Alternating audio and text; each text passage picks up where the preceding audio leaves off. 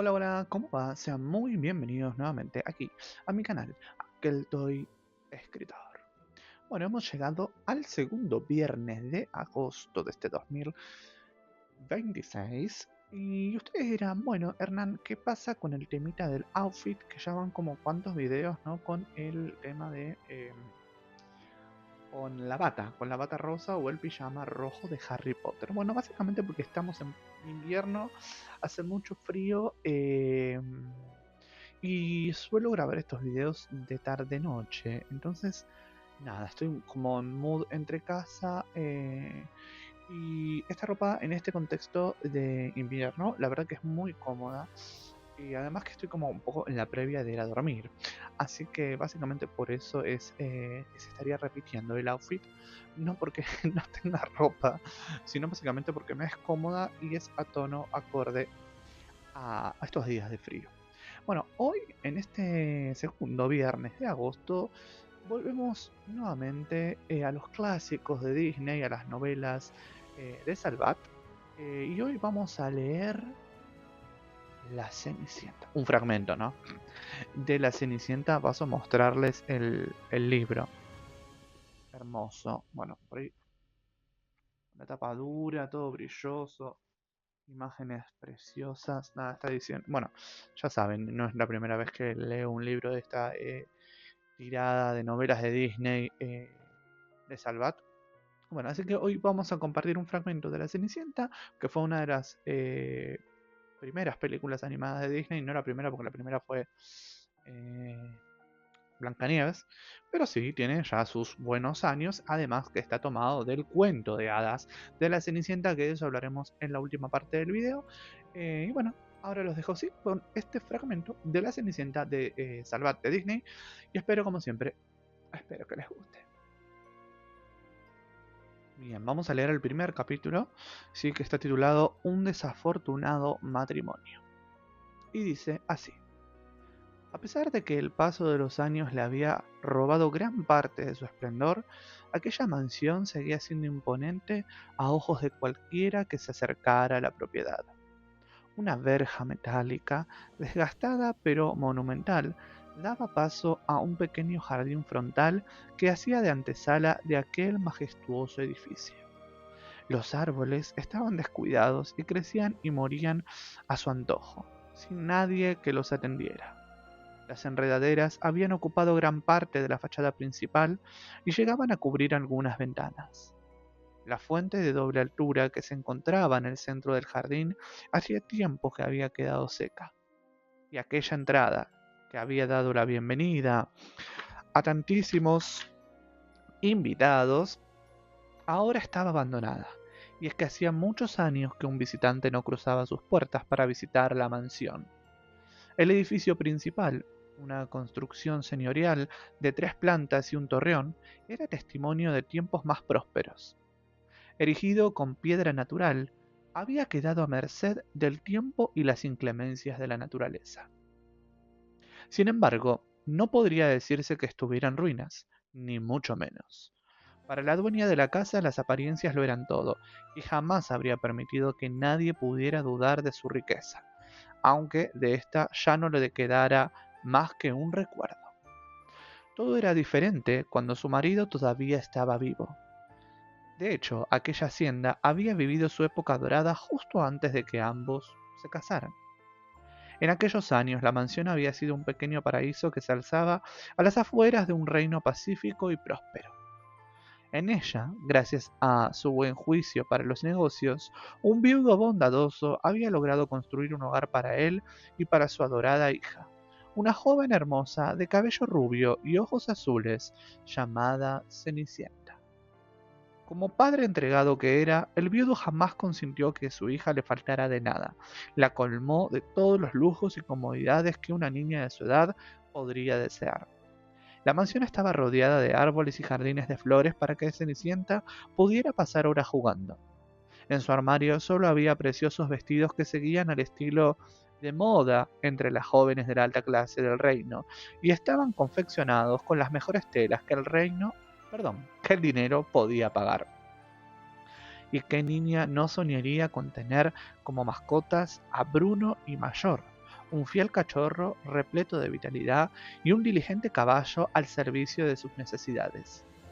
Sin embargo, todo esto parecía no ser suficiente para el padre de Cenicienta, pues sentía que había algo que ella necesitaba pero que él jamás sería capaz de darle: los cuidados de una madre.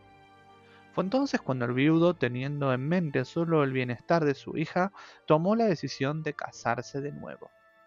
Su segunda mujer, Lady Tremaine, quien siempre conservó el apellido de su primer esposo, también había estado casada anteriormente. Venía de una buena familia y contaba ya con 2 hijas, más o menos de la edad de Cenicienta. La mayor de ellas era Drisela, aunque se llevaba pocos años con su hermana Anastasia. Ninguna de las dos compartía el carácter risueño y vivaz de su hermanastra, pero al padre no le cabía duda de que contar con más mujeres en la casa daría a su pequeña justo lo que necesitaba para tener una vida feliz. Lamentablemente, por culpa de su repentina y prematura muerte, el padre de Cenicienta no tuvo la oportunidad de ver crecer a su hija y, lo que resultaba aún peor, no pudo darse cuenta de lo mucho que se equivocó al dejarla en manos de aquella nueva familia. Tras el fallecimiento del propietario de la casa, todos sus bienes y ahorros pasaron a manos de su nueva esposa, y tan pronto se vio colmada de semejante fortuna, dejó de actuar y reveló su auténtica forma de ser. Lady Tremaine jamás había sido un ejemplo de cordialidad y simpatía cuando su último marido todavía vivía, pero ahora ya no necesitaba disimular lo más mínimo, ni su carácter ni sus verdaderas intenciones. Entre todas las posesiones que heredó, había una que Lady Tremaine había detestado desde siempre y que hubiera deseado hacer desaparecer desde hacía muchísimo tiempo.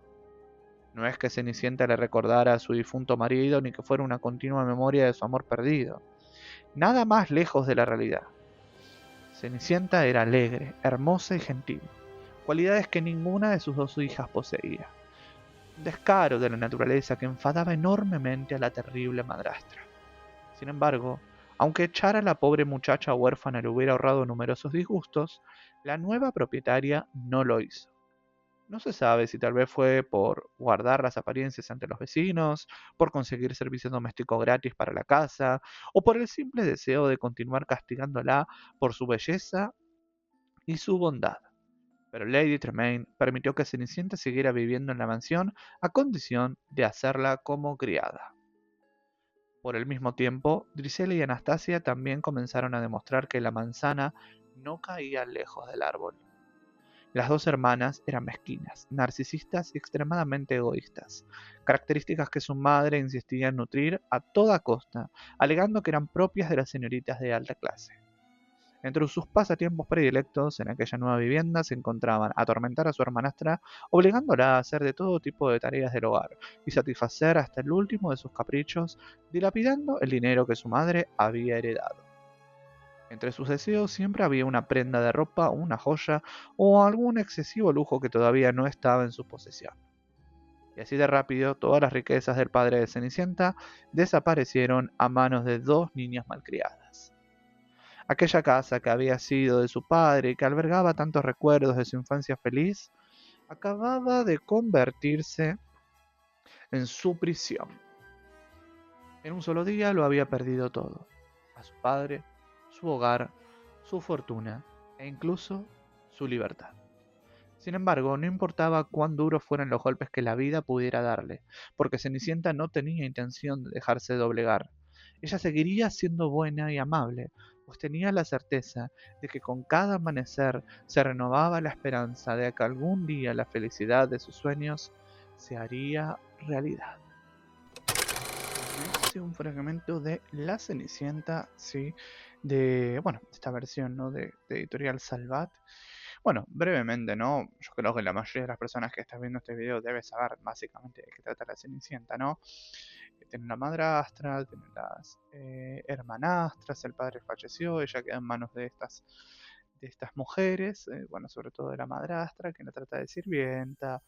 Luego va a haber un baile, va a haber un príncipe, ella se hace su propio vestido, luego cuando la madrastra se entera se lo destruye, hasta que aparece la hada madrina, bueno, en fin, ella va al baile con un vestido deslumbrante, a las 12 se rompe el encanto, y todo el vestido y demás se le van, ella en el camino pierde el zapatito de cristal, bueno, en fin, luego el príncipe la busca, etcétera.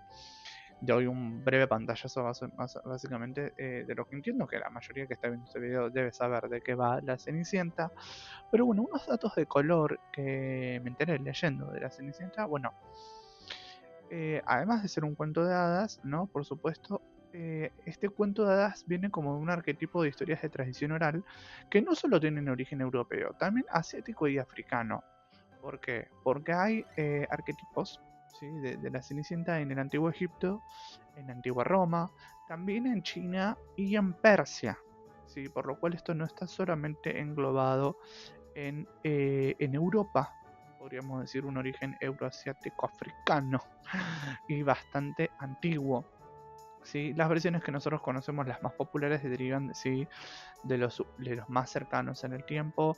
Uno de los primeros fue el de Jean-Baptiste Basile del año 1634.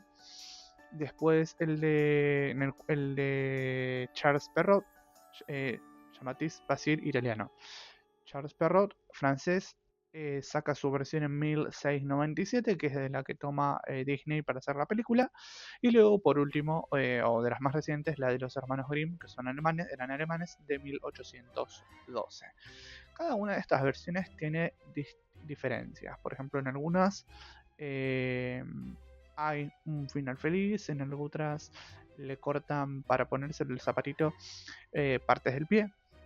Hay otra versión en la cual las hermanastras Cenicienta se venga y bueno, básicamente le sacan los ojos unas aves.